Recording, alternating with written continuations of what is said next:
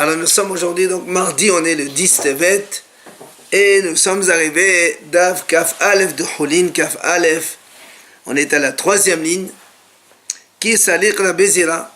Contre Rabbi Zira, donc, il est monté en Israël. Ashkehel Rabbi Ami di'ativ qamal lah lihashimata. Donc il a trouvé Rabbi Ami qui donc a donné cet enseignement qu'on a vu hier, selon Zahiri, comme quoi si l'animal, plutôt la volaille, elle a le cou qui s'est cassé, alors avec la majorité de la viande, alors dans ces cas-là elle est considérée comme nevela. Alors Amal, Rabbi Zira, il lui dit à Rabbi Ami, il lui a posé la même question que nous on a posé hier avec Rava. Il lui dit Vichi meta omed omolek.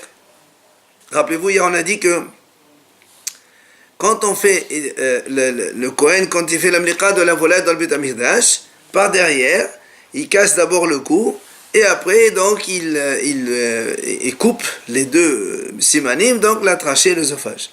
Alors il dit, si tu me dis que en cassant le cou, l'animal, il est déjà nevela, alors comment le Kohen, il va faire mliqa alors que l'animal est déjà mort? Il a posé la même question que Rava, il a posé hier. Seulement, Rabbi Ami, lui, ishtomim kesha'ahada. Il est resté comme ça un peu hébété, il ne savait pas quoi répondre. Alors, Amalé, il vient à Rabbi Zera lui dit, mais tu peux répondre. Ce qu'on a répondu d'ailleurs hier, Ema, car on sait. Hoter shidra umafreket belo rov basar. Il a dit, quand il coupe, donc la colonne vertébrale et le cou, mais belo rov basar, sans couper la majorité de la viande avec. Et dans ces cas-là, comme Zahiri il a dit, quand est-ce que l'animal il est considéré comme cadavre, c'est quand on coupe le cou avec la majorité de la viande avec. Et là, il le fait sans couper la majorité de la viande. Et donc, on n'est pas dans le cas de Zahiri, et donc il n'y a aucun problème. Et d'ailleurs, l'Agma nous ramène ici Tanya Namihari. Il y a une braïta qui dit exactement comme cela. Ketsad mokin hatat aof. Comment on fait la miqa de hatat, korban hatat d'une volaille? Il dit, parce que dans la hatat, la différence avec Ola, rappelez-vous, on avait dit que hatat, quand on coupe, on n'a pas besoin de couper les deux simanim, et comme dans la Torah dit Velo Yavdil, c'est pas obligé de couper complètement, séparer la tête du cou. Alors que dans la Ola, c'est le contraire. Donc il dit, comment on fait hatat off? Il dit, hoter shidra umafrekat. Donc le Kohen, quand il fait l'amliqa par derrière, il coupe la colonne et le cou, beloro basa, sans couper la majorité de la viande, jusqu'à ce qu'il arrive à l'œsophage ou à la trachée. Après, quand il arrive à l'œsophage ou à la trachée,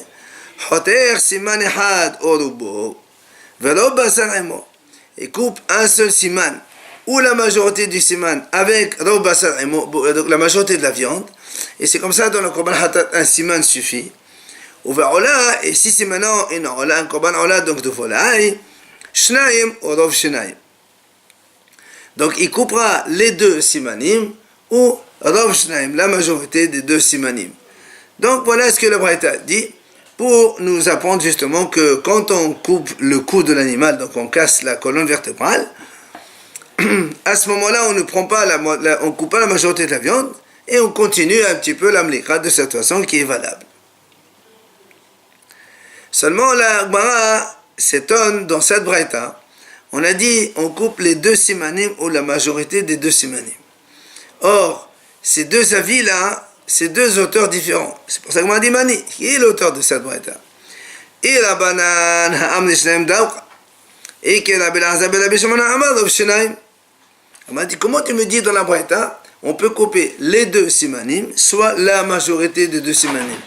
Or, nous aussi que c'est complètement différent. Selon les haramim, oui, il faut couper les deux simanim en totalité. Et selon Rabbi Elazar ben Rabbi Shimon, on coupe la majorité des simanim. Donc, tu ne peux pas me dire ou l'un ou l'autre. C'est complètement différent. Selon haramim, il faut couper les deux. Selon Rabbi Elazar ben Rabbi Shimon, on coupe que la majorité. Donc, comment tu me amener les deux avis dans la même braïta alors qu'eux-mêmes ils appartiennent à deux haramim différents? Alors l'Agma le dit, voilà comment tu peux rectifier la Braïta. Emma, tu diras, Shnaim le Rabbanan, Rov Shnaim le Rabbi Elazar ben Rabbi Shimon. Il faut dire comme ça.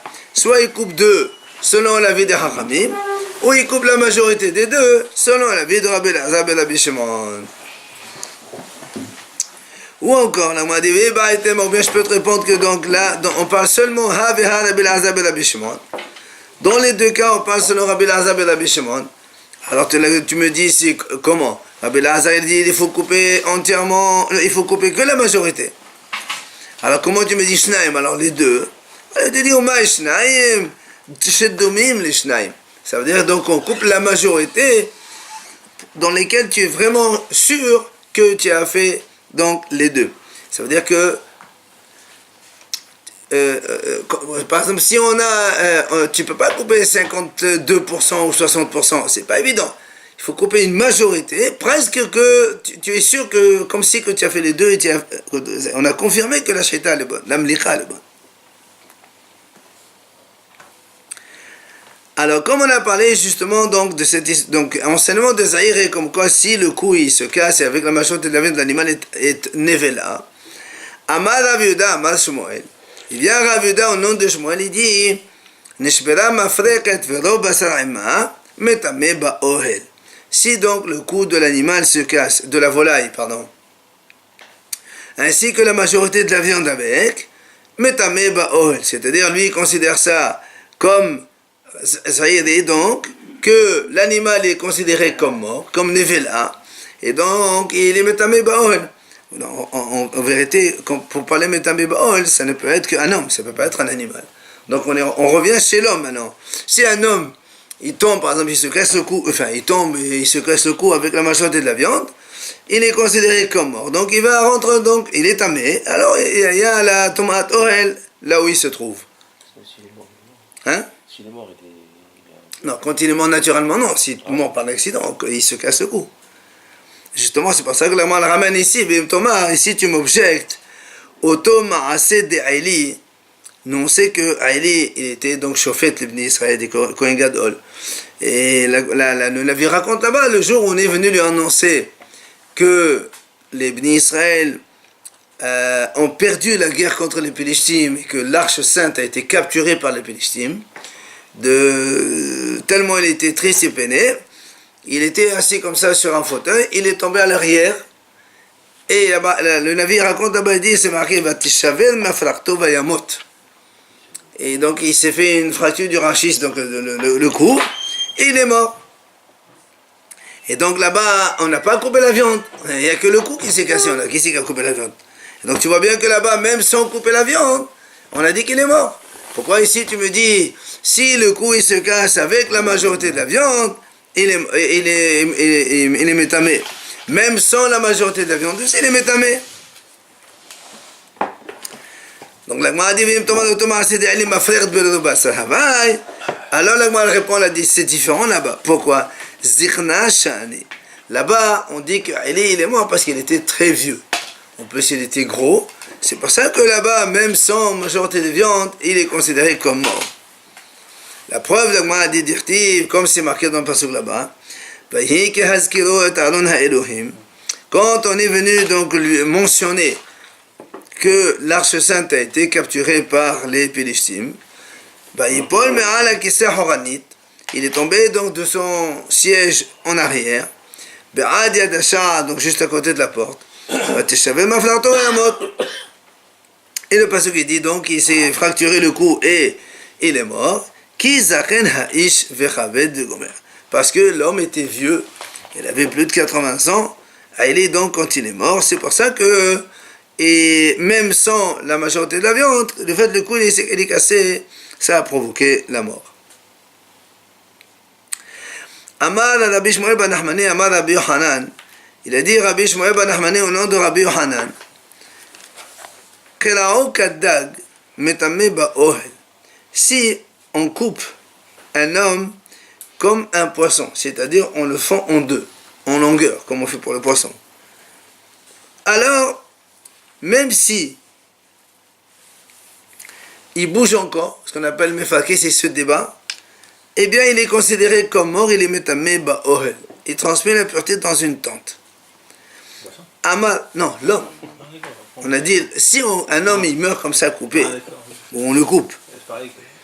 Et donc, Amar Rabbi Shmuel Badis, Ha ou Megabo. Il a dit, il faut qu'on le coupe donc par le dos, pas par le ventre. Autre chose, Amar Shmuel, Asao Gestera Nevela.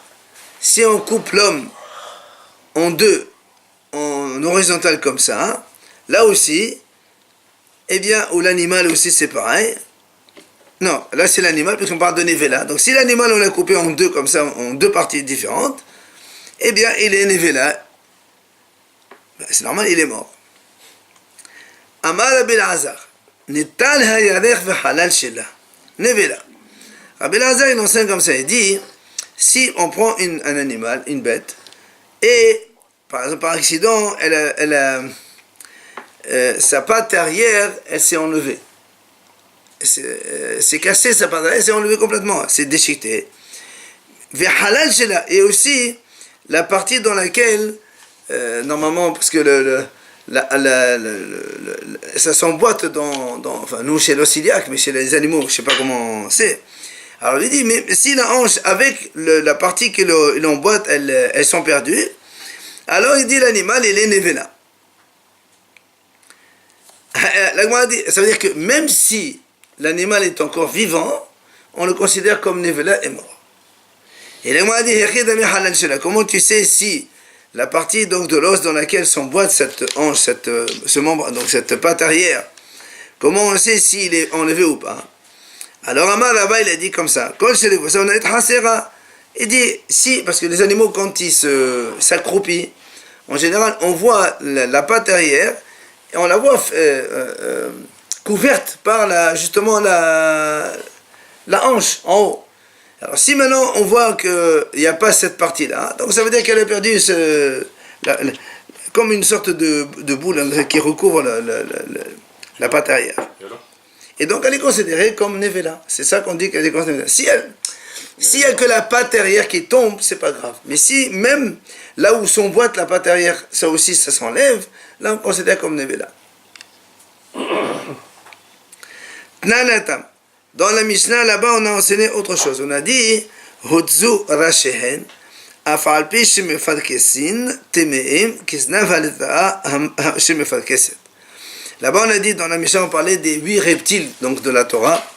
C'est, par exemple, le lézard, voilà, le lézard, le rat, ok? Ceux-là, si on leur coupe la tête, même si elles sont en train de bouger encore, de remuer, elles sont quand même considérées comme mortes et ça transmet l'impureté. Et la Mishnah a dit là-bas, Kiznav haleta, c'est comme la queue du lézard. Si on a vu comment, voilà, ça bouge toute seule, même si on la coupe, elle bouge quand même. Et donc ça ne veut pas dire qu'elle est vivante. Eh bien, donc c'est mieux quand même. La queue du lézard, si elle est coupée, si on coupe le lézard. Oui, la queue. Oui, la queue. Elle bouge quand même, oui. Même s'il n'y a rien. C'est considéré comme... Comment? Ils ont une organisation métamérique, c'est pas pareil.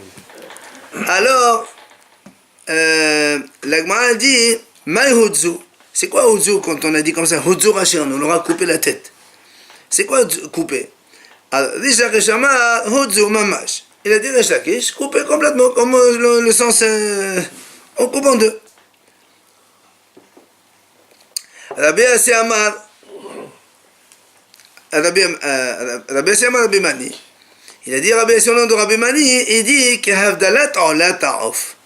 C'est comme la séparation de Ola Ta'of. Alors qu'est-ce que c'est cette séparation de Ola Ta'of? C'est pour ça que la Gemara pose des questions. Il lui dit Amal et Rabbi Assi. Il vient Rabbi Mani, il lui dit à Rabbi Assi, il dit qu'est-ce que ça veut dire Havdalat Ola Ta'of que tu as dit toi? Est-ce que c'est, ça veut dire quand on coupe la volaille de Ola, on a dit on coupe les deux synonymes. Or, selon... C'est cher aussi. Hein? Oui. Ça, non. On sait pas. Non, ça c'est... Toi, tu parles de Mlikha. Non, on parle de Shrita. Ou bien, tu n'es pas obligé de parler de Mlikha. Ou bien, on peut parler de Mlikha, c'est la même chose de toute façon. Nous, la Mahlok de Rabbanan et Rabbi Elazar, on a vu dans la Mlikha. Alors, tu peux dire ça, c'est pas grave. Alors, dis comme ça. Soit tu dis comme Rabbanan, Et donc, ça veut dire qu'il faut couper les deux simanim. Oui? Alors, si tu dis qu'il faut couper les deux simanim, ça rejoint l'avis de Reish Lakish, puisque Reish Lakish a dit c'est quoi couper? C'est couper complètement. Alors, si tu coupes les deux simanim, il n'y a plus rien après. Ou bien, il a dit, ou bien, Odilma, qui a Havdalat, on l'atteint,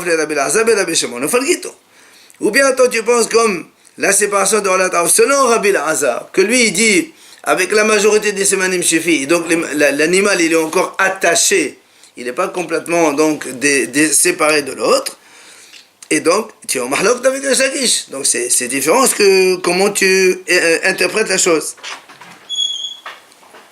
Alors, Amalé, il lui répond, il lui a dit que il dit non, moi je pense comme la séparation selon Rabbi Lazar, comme quoi il faut couper la majorité des semaines, mais pas la totalité. Et du coup, je ne suis pas d'accord avec Reish Lakish. Reish Lakish a dit qu'il faut couper complètement la tête. Et lui, il pense que non, même si tu coupes la majorité, eh bien là aussi, c'est déjà tamé selon lui. Et Kade Amre, il y a une autre version qui dit Rabbi Shimon ben Lakish Amar Hutzu Mamash. Rabbi Yassi Amar Rabbi Amini Kev Dalat Aolat Avle Rabbi Azabed Rabbi Shimon ben Lakish. Là, il y a une version qui est claire, elle te donne sans même poser de questions. Elle dit que Reish Lakish dit Hutzu, c'est de découper complètement. Et Rabbi Yassi, au nom de Rabbi Mani, dit Kev Dalat Aolat Av, c'est-à-dire comme la séparation de la volaille, mais selon Rabbi Lazar. Comme quoi, Bolov Shneim, c'est comme la majorité des sémanim, mais pas la totalité des sémanim. Et donc, il est en désaccord avec Reish Lakish. Eh bien, justement, la Gemara nous ramène maintenant aussi qu'on a vu cette mahloket entre Rabbi Elazar, fils de Rabbi Shimon, et les Hachamim. Donc, on rappelle de nouveau, Hachamim ils disent il faut couper la totalité des deux sémanim, et Rabbi Elazar dit on coupe la majorité des deux sémanim, ça suffit. Alors, où on a vu cette mahloket? Maïra Banan ou Maïra Rabbi Elazar et Rabbi Shimon, où c'est qu'on a vu donc cette divergence? Détania, la Bretagne nous ramène ici le pasuk de Vaïkra. C'est marqué ואת השני יעשה עולה כמשפט. Alors là-bas dans Parashat Vaïkra on parlait de ce qu'on appelle Korban Oleh Veyored. On a vu ça donc en début dans Shavuot là-bas. On a parlé de Korban Oleh Veyored, c'est-à-dire un Korban qui est variable en fonction des revenus de la personne. Ça c'est quand quelqu'un il commet une faute, par exemple il était impur, il est rentré au Beth Amikdash, il a mangé des kadashim, ou il a fait un faux serment, où on a demandé de témoigner et il a juré à faux. Dans ces cas-là, on amène un korban oleh veyored. C'est-à-dire, si c'est un riche, il apporte un animal, korban hatat. Si c'est un, on va dire, pauvre, il va apporter 2 oisillons, un hatat et un ola. Et si c'est un très pauvre, il apporte korban minha. C'est donc c'est ça, oleh veyored. Et la Torah, elle parle là-bas, elle dit, Vedhasheni, le deuxième, on parle du deuxième cas, c'est-à-dire le pauvre qui amène 2 oisillons. La Torah dit, comment il fait? Alors que le premier, il n'y a qu'un seul, il y a une bête, un animal, hatat, zéro, c'est terminé. Le deuxième, il apporte 2 oiseaux, hatat et ola. Ok? 2 oiseaux, un hatat et un ola. Et la Torah dit, Vedhasheni, le deuxième, après avoir expliqué le premier, on a fait hatat, le deuxième oiseau, il le fera ola. Et la Torah rajoute un mot, comme mishpat, comme la loi habituelle. Alors la Gemara dit, c'est quoi comme mishpat? Quelle loi? La loi de quoi? Alors la Gemara dit, que mishpat hatat behema. C'est-à-dire comme la loi de la hatat de la behema, puisque nous, on parlait avant du hatat de l'animal. Maintenant, on parle donc du deuxième, la deuxième variété du korban quand on est pauvre. On n'a pas donc ces 2 oiseaux-là. Donc, le mishpat ici, on parle de hatat behema. C'est-à-dire, le korban hatat, rappelez-vous, on a dit le hatat, on coupe un seul siman, alors qu'on coupe 2 simanim. Alors, vient le Gemara s'interroge et dit, mais pourquoi? Qui t'a dit qu'on parle ici de... Il faut le comparer à Hatat Behema. Peut-être qu'il faut le comparer à Hatat Aof, puisque juste avant on a parlé de Hatat Aof.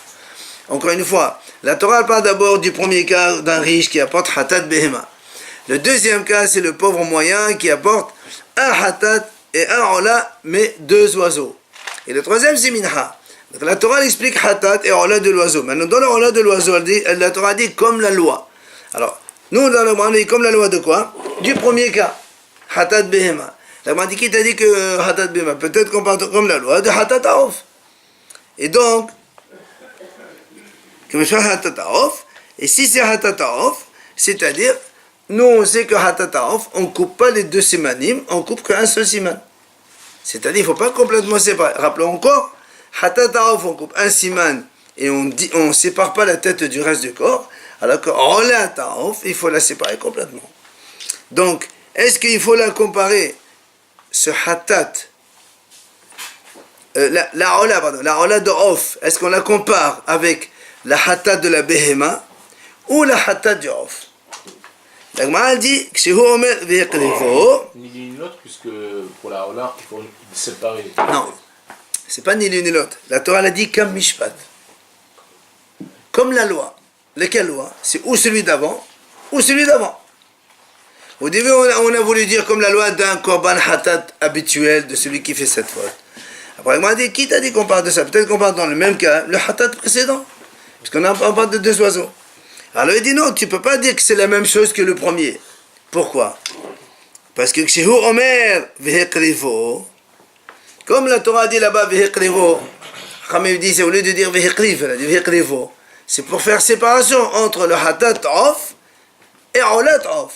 Donc les deux, ils ne se ressemblent pas. Donc, d'accord, la Torah l'a séparé.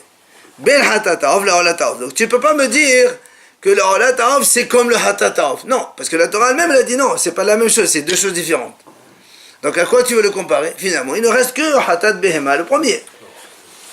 C'est ce que dit Omar Animakaim Kamishpat. Pourquoi on ne compare pas olataof avec olataof? Peut-être Kamishpat. C'est la première fois que la Torah parle de ça. C'est pour ça qu'on dit, si c'est olataof, qu'est-ce qu'on fait? Comment on fait? Alors, alors c'est quoi Kamishpat? Si tu me dis que la olataof est différente de hatataof, et le mishpat de qui? Mishpat, hatat behema. Donc on est obligé de le comparer avec hatat behema.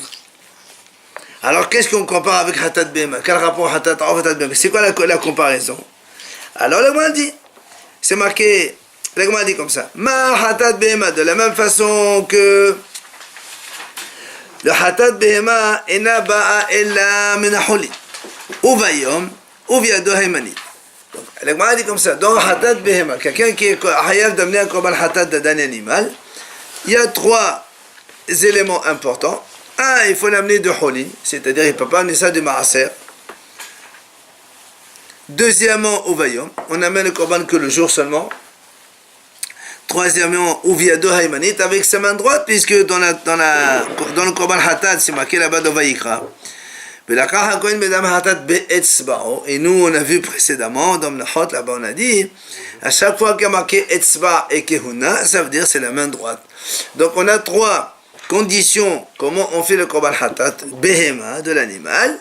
Donc, de hol, le jour et avec la main droite. Alors, on va dire, af olat haof, même c'est olat haof qu'on est en train dont la Torah est en train de parler maintenant. Voilà donc pourquoi la Torah elle a dit Kam Mishpat. Donc là, c'est comme le statut de l'animal hatat. Et donc le statut c'est qu'il y a 3 conditions. Holin, le jour et la main droite. Et là aussi c'est pareil. Voilà ce que dit donc la Gemara pour l'instant. Viens maintenant dans la Braïta, on pose d'abord une question. Mais pourquoi tu compares que avec ces éléments? Tu devrais aussi comparer Ima lehalan berov shnaim, afkan berov shnaim. La Gemara lui dit, nous on a déjà appris que quand on fait la shhita des animaux, la première Mishnah qu'on a vue ici, donc dans l'animal, il faut couper les 2 simanim, ou bien le rov shnaim. En majorité des simanim, les 2, c'est bon aussi. Alors la Gemara dit, pourquoi aussi on ne dit pas que olat haof il est comparable avec hatat behema. Comme dans la hatat behema, on égorge le rov des 2 simanim. Alors dans la volaille aussi, on va faire la mlika de rov des 2 simanim. Alors il est dit, donc si on fait Rov Simanim, on ne coupe pas complètement. D'accord? Si on coupe le Rov Simanim, on ne coupe pas la totalité des Simanim.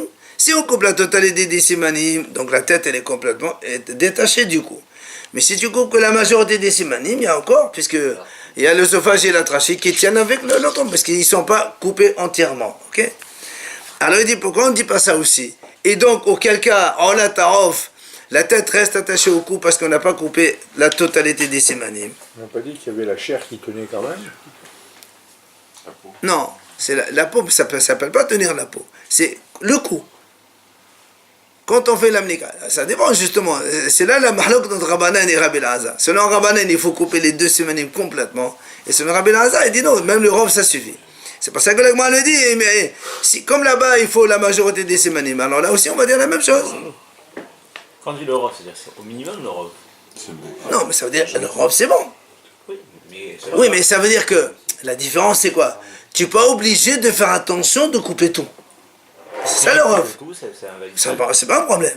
C'est ça la différence, c'est que est-ce que tu dois faire tout? Bah, si tu fais pas tout, c'est pas bon selon Rabbanan. Rabbi Shimon. Non, Rabbi Elazar il dit non, il dit Rov Shnai. Rabbi Shimon. Non, c'est Rabbanan et Rabbi Elazar et Rabbi Shimon. Rabbanan ils disent, voilà, Rabbanan ils disent la totalité, et Rabbi Elazar, fils de Rabbi Shimon, il dit la majorité.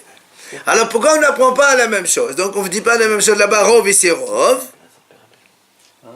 Talmud Omar, l'Agma dit non, on ne peut pas dire ça. Vous savez pourquoi? Parce que dans le pasuk c'est marqué Umalak vihiktir.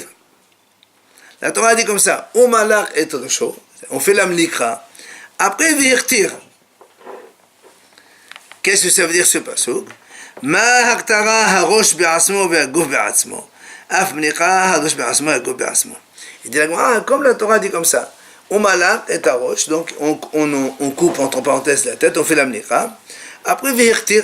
Et donc on va prendre cette tête, on la met sur le mesbéah.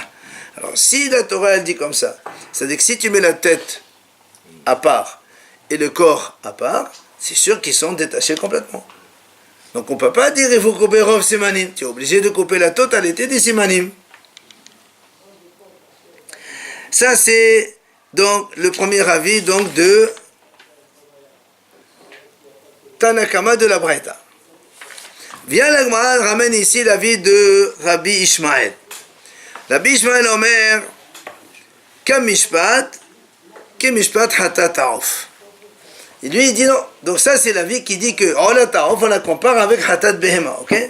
Bien. Maintenant il y a Rabbi Ishmael lui il dit Kamishpat Hatat Taof. Quand la Torah dit donc au Balaola de l'oiseau, tu le fais Kamishpat comme le statut de Hatat Taof, juste avant on a parlé de ça Hatat Taof, la même chose à Ola Taof. Et c'est quoi? Ma Hatat Taof mimoul oref, af Ola Taof mimoul oref. Donc de la même façon que donc au Hatat, l'amlika on l'a fait donc dans la nuque comme on l'a appris déjà. La Torah dit au Malak, là-bas c'est marqué clairement, au Malak, mimoul orpo, fait lo yavdil. Donc au Hatat là-bas c'est marqué, on fait l'amlika par derrière dans la nuque. Et Velo et Avdil, et on ne sépare pas complètement. Donc dans le Hatat, c'est Rov Siman.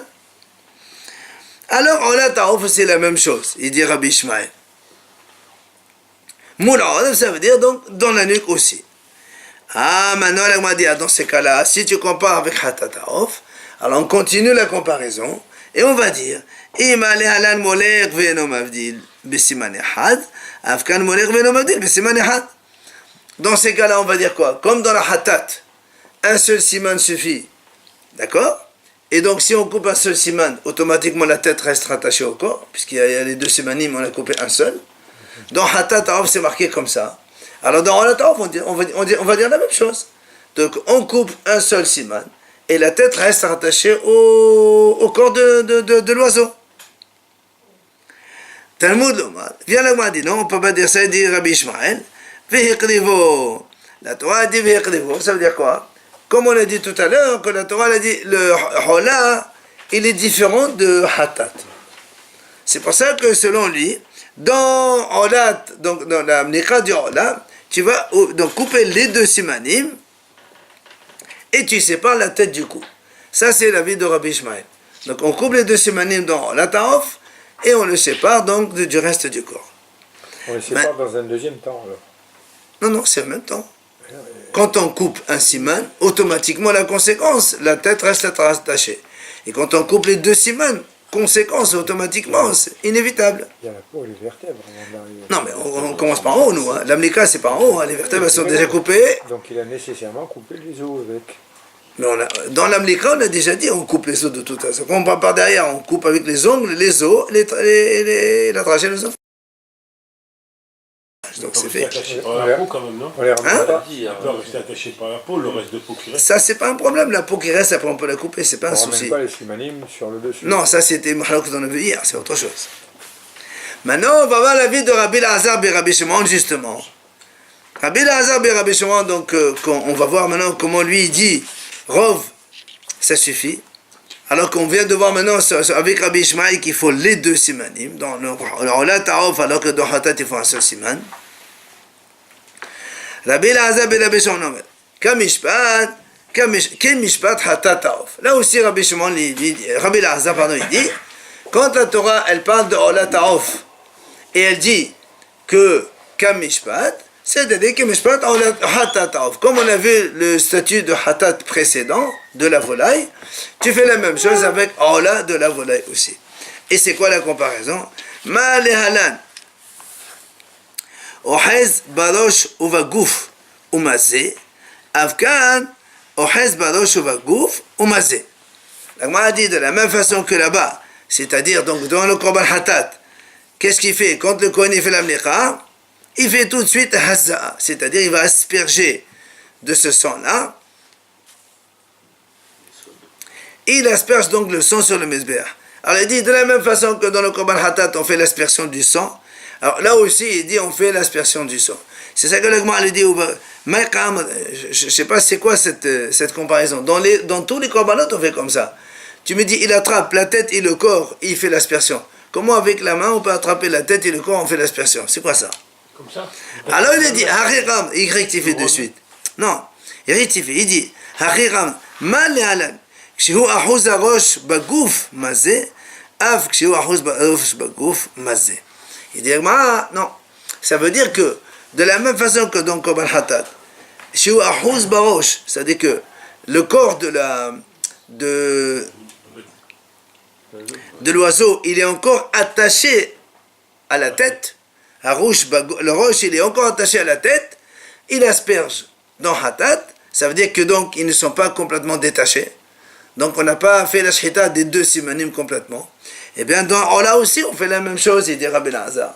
On fait uniquement la shchita de Rov. Et la tête reste attachée au corps. Alors, nous on va lui dire, l'Agma dit, alors l'Agma dit, dans ces cas-là, si tu dis, on fait la même chose que Hatat, puisque dans Hatat, on a dit, on fait la mlicha de un seul siman. Alors dans Ola, on veut dire aussi un seul siman. L'Agma dit non. Là encore, Talmud Omar, Ve'ekrivo. Ve'ekrivo, la Torah l'a dit, à propos de Ola Ta'of, Ve'ekrivo, ça veut dire qu'il est différent de celui qui a précédé.